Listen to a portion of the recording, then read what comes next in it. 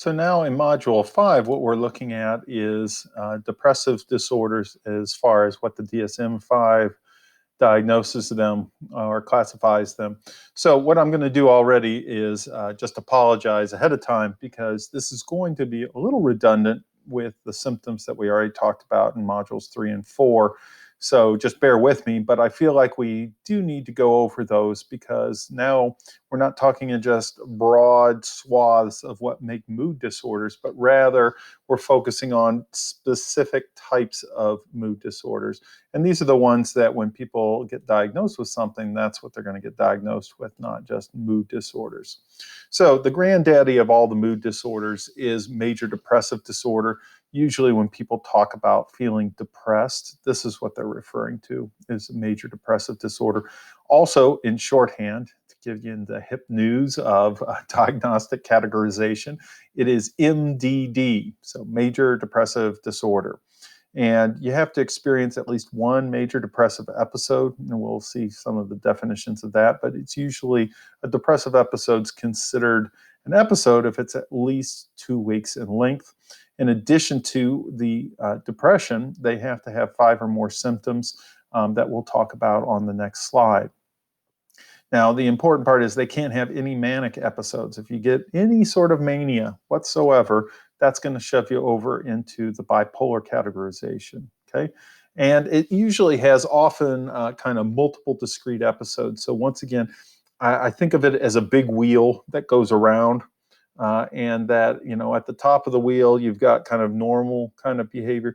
And then you get down and then you have an episode of depression. And that goes on for a period of time, at least 2 weeks. And then it kind of lifts and you get back on top and you stay there for a little while. And then once again, go around, depressive mood, lifts. So these are distinctive episodes. We'll talk about later, but you know, the longer you go without treating depression, the longer the episodes in the down part are going to get and the more frequent they're going to be. So when people ask, you know, what's the purpose if you're just going to get better from depression of seeking out treatment, the answer is, well, you don't have to do it as often and it's not as bad if you do treatment versus not doing it any times you have it. So let's look at what some of those possible symptoms are of depression. So remember, you need one or both of the following of what they call kind of a criterion A pleasure. So you need to have that diminished or irritable mood. Remember, the irritability tends to be more frequent in younger populations like children and adolescents. Having decreased interest or pleasure, so there's the anhedonia that we talked about earlier. And then the following ones, so feelings of guilt or worthlessness, fatigue or loss of energy, concentration problems, suicidalities, thoughts about death, planning, weight loss or gain, more than 5% either way, psychomotor retardation or activation. So change in activity level is really what we're looking at here.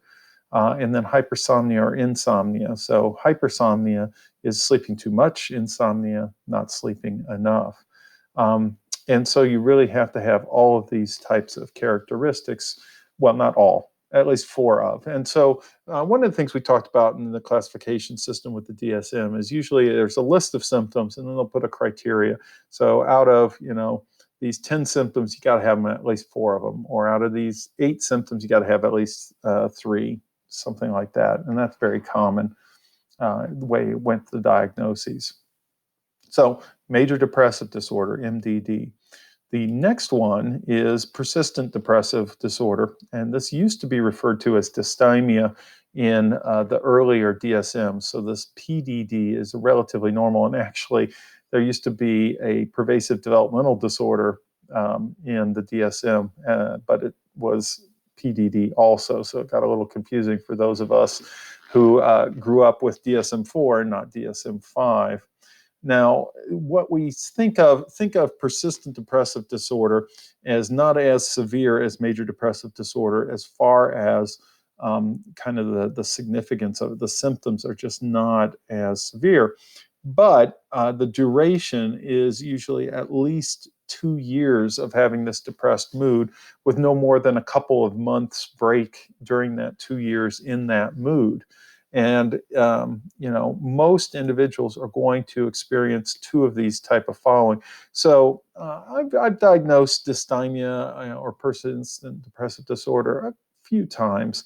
And what you see is these kind of low-level depression. The person doesn't show a lot of levels of enjoyment in regards to things. Maybe they don't sleep well. They come in because there's some inattention issues.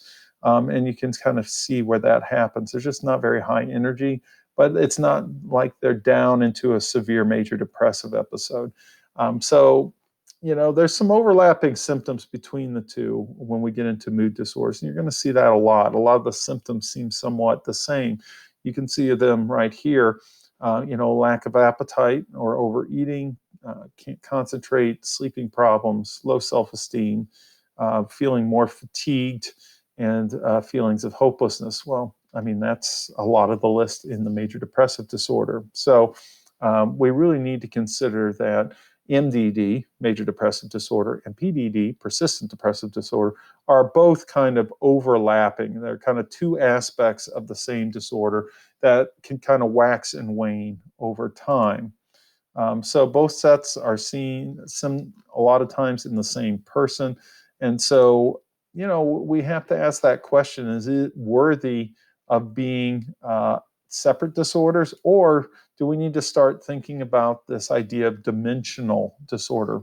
And just to refresh you from what we mean by dimensional versus categorical disorder. So up there, major depressive disorder and persistent depressive disorder. That is a categorical approach. You either have that or you have that, and they're based on separate criteria. But since they do overlap and the symptoms are so common with each other, then do we have a range of a persistent episode that lasts a very long time and not so much cycling up or is it distinct episodes where you do see that circling more often? And that's a dimensional kind of idea.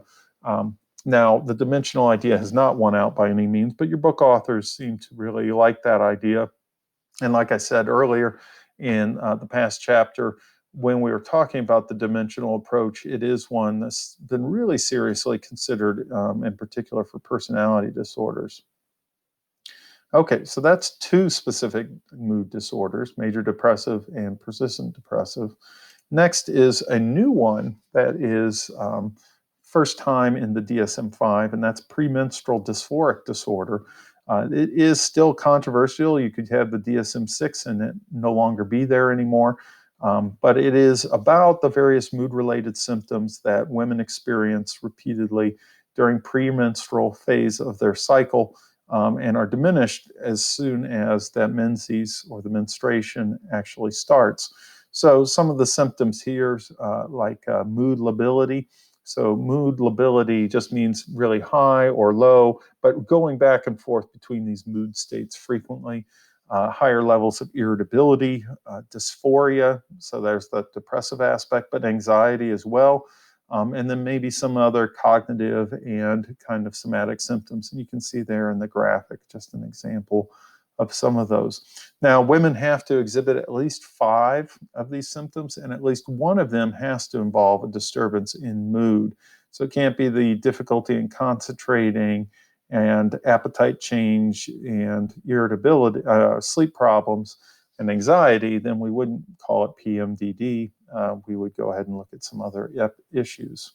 Okay, so there is 3 of many mood disorder designations in DSM-5.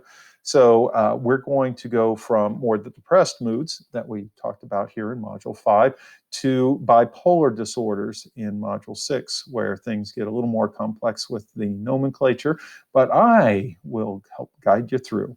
So go ahead and click on that next module now.